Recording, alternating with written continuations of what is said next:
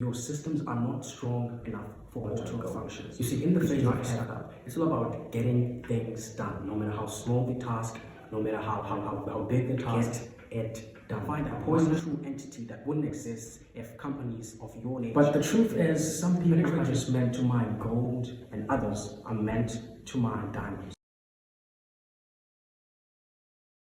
Hi, welcome to the Twando Sakala channel. I am Twando.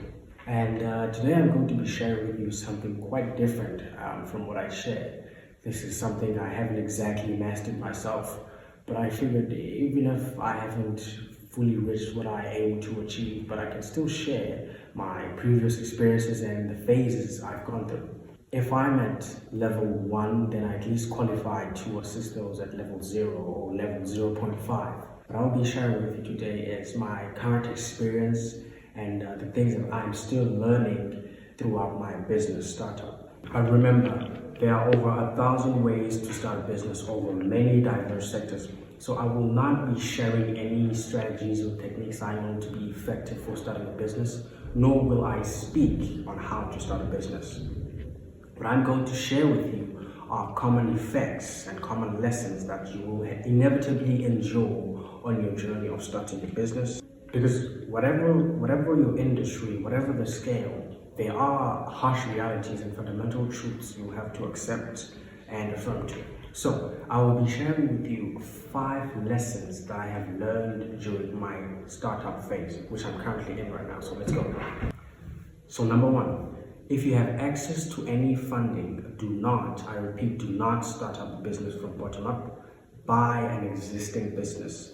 There are many costs to starting a business, 2 of the biggest being time and energy. So find an existing business of your nature whereby it will save all the trouble of starting from ground up, where you can build on something that already has 2 legs that you can only just implement your business ideas. Think of constructing a new vehicle. There's an amount of work that's required, a team, an amount of resources that need to be allocated versus buying an old car and remodifying that old car with your new set of ideas. So do not start a business from ground up. Find a business of your nature and acquire it and implement your ideas. Bring on your team, bring on all the fresh ideas, the operations, and work on that. And be ready to negotiate and remodel your idea. If you do not have access to funding, then you better do everything yourself. Number 2, systemize or build systems for your business. A business is nothing but a construct of systems and mechanisms that have all been joined together to drive progress and ultimately something of value. And by systems, I refer to tools, I refer to steps, routines that I practice daily in order to organize, regulate, and progress your operations. They will also help identify any underlying challenges or potential errors. So build systems. But understand this, while systems are advisable for your startup, it is much more advisable for you to be there because your systems are not strong enough for auto functions. Because you do not have much resources, you do not have much personnel, you do not have much tech in order to drive for autopilot. So build systems, but be there to oversight. Because remember, your business at this phase still needs optimal support. It needs a backbone, and you and your team are the core backbone. Number 3, focus more on the short-term goal than the longer-term goal. You see, in the phase of a startup, it's all about getting things done, no matter how small the task, no matter how big the task, no matter how simple. Get it done. A poisonous challenge that sneaked up on me during this phase was my being captivated by the results. I was so results oriented that I paid minimum attention on the small set of activities that needed to be done. Now this led me to being impatient, burnout, and I almost entirely gave up on the whole thing. It wasn't until I understood that ultimate success or the big goal or the results is just a consequence of this small set of tasks that I practice daily, that I implement, that I complete. It is a consequence. So it's not something that I should focus on primarily. My primal concern or my signal should be steady on what needs to be done now. Everything else is a distraction. Everything else is just noise. Even the result, the focus on the result is noise itself. So instead of focusing on how quickly you can get to the results and over planning and overthinking and thinking about the possibilities, focus more on what needs to be done now and how quickly you can do it and who needs to do it. And most of the times, do it yourself than letting everything be done by your team. Number 4, it's not about the market, it's about a market. Instead of operating for a diverse and ever-changing market, find your one true soulmate. Find that one true entity that wouldn't exist if companies of your nature didn't exist. Penetrating a bigger and loose market is difficult. It requires large amounts of investments on marketing and a competitive edge.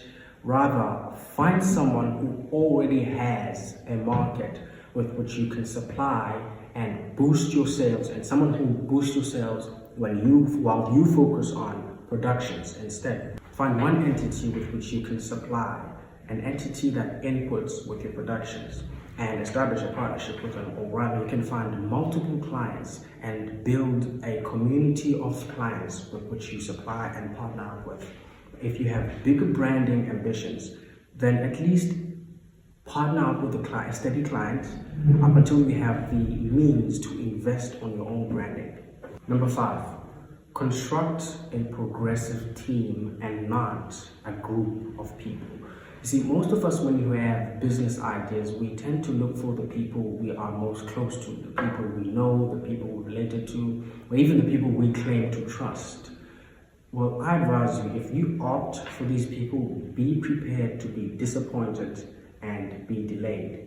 You see, when I first started my business, I immediately went for my friends, and this ultimately led to failure because I discovered inefficiencies and incompetencies, which meant I had to restructure everything and redo everything myself. And in the process, I lost half my executive team and lost half my friends.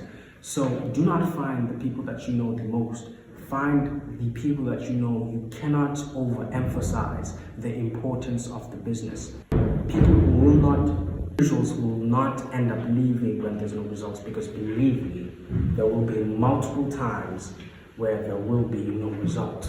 Now, for the bonus, number 6, pressure and criticism. Venturing into business is volunteering for criticism. There will be many people that will share their perspectives and their views on how and why your idea will not work, why you're not being realistic, and how things are not going to work out as you think they will work out. So be prepared for the majority of people that are just not going to believe in you. Many will advise it to be a risk and something you'll not come back from, so it's a bad idea, it's not good. The truth is, only you know what you're aiming for, only you have calculated the possibilities. Opinions have always been there, even for those that we now look up to. It's part of the process. As for pressure, you'll see associates of previous establishments go in and find new and improved establishments. You'll see university mates go and get jobs. You'll see them proceed to go get their honors, to go get their masters, their PhDs, or you'll be stuck with a startup business that even hasn't filed bills yet. Everybody will be mining gold while you stick digging through a hole that doesn't have anything. But the truth is, some people are just meant to mine gold and others are meant to mine diamonds. Do not make the mistake of abandoning your diamond mine for a gold mine, because our paths differ. What you know when you made the choice that you made, why. So toughen up on your own direction. See you on the other side.